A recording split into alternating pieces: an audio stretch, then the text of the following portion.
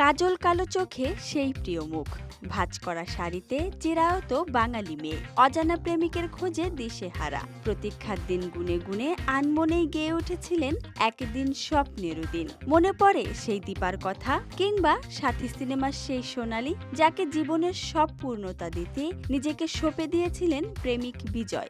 বলছি নায়িকা প্রিয়াঙ্কার কথা। বাংলা সিনেমায় তিনি নক্ষত্রের ঝলক নিয়ে হাজির হয়েছিলেন।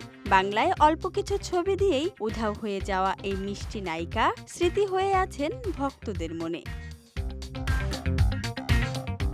টলিউডের এক সময়ের দাপুটে এই নায়িকার পুরো নাম প্রিয়াঙ্কা ত্রিবেদী।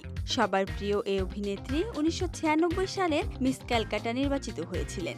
মডেলিং দিয়ে ক্যারিয়ার শুরু করা এই অভিনেত্রীর 1998 সালে বাসু চট্টোপাধ্যায়ের হঠাৎ বৃষ্টি সিনেমার মাধ্যমে বড় পর্দায় অভিষেক হয়। প্রথম ছবিতে বাংলাদেশের নায়ক ফেরদৌসের সঙ্গে জুটি বাঁধেন তিনি। দুই বাংলার দর্শকেরা হঠাৎ বৃষ্টি ছবির পর থেকেই আপন করে নেন এই নায়িকাকে। তিনি তখন পৌঁছে গিয়েছিলেন সব যুবকের অন্তরে।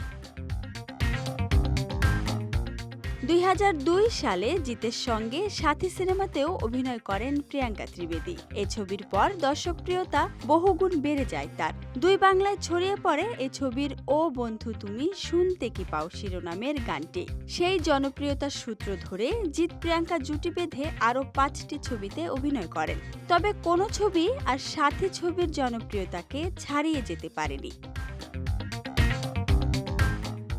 প্রিয়াঙ্কার সবগুলো ছবিই ছিল জনপ্রিয়।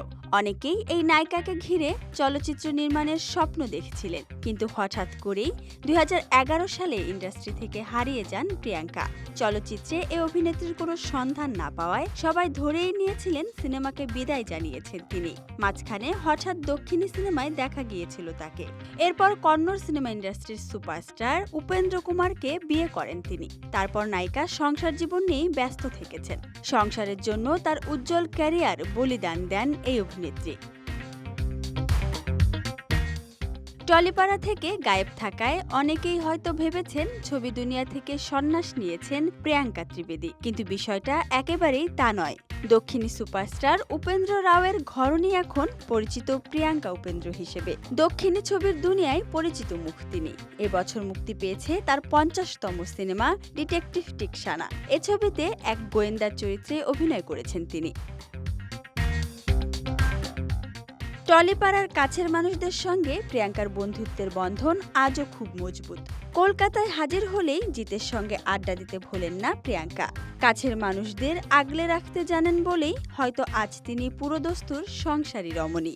মেয়ে ঐশ্বর্য ও ছেলে আয়ুষকে নিয়ে ভরা সংসার নায়িকার। 44 বছর বয়সেও নায়িকার গ্ল্যামার যেন উপচে পড়ছে। Desk report, Dhaka express.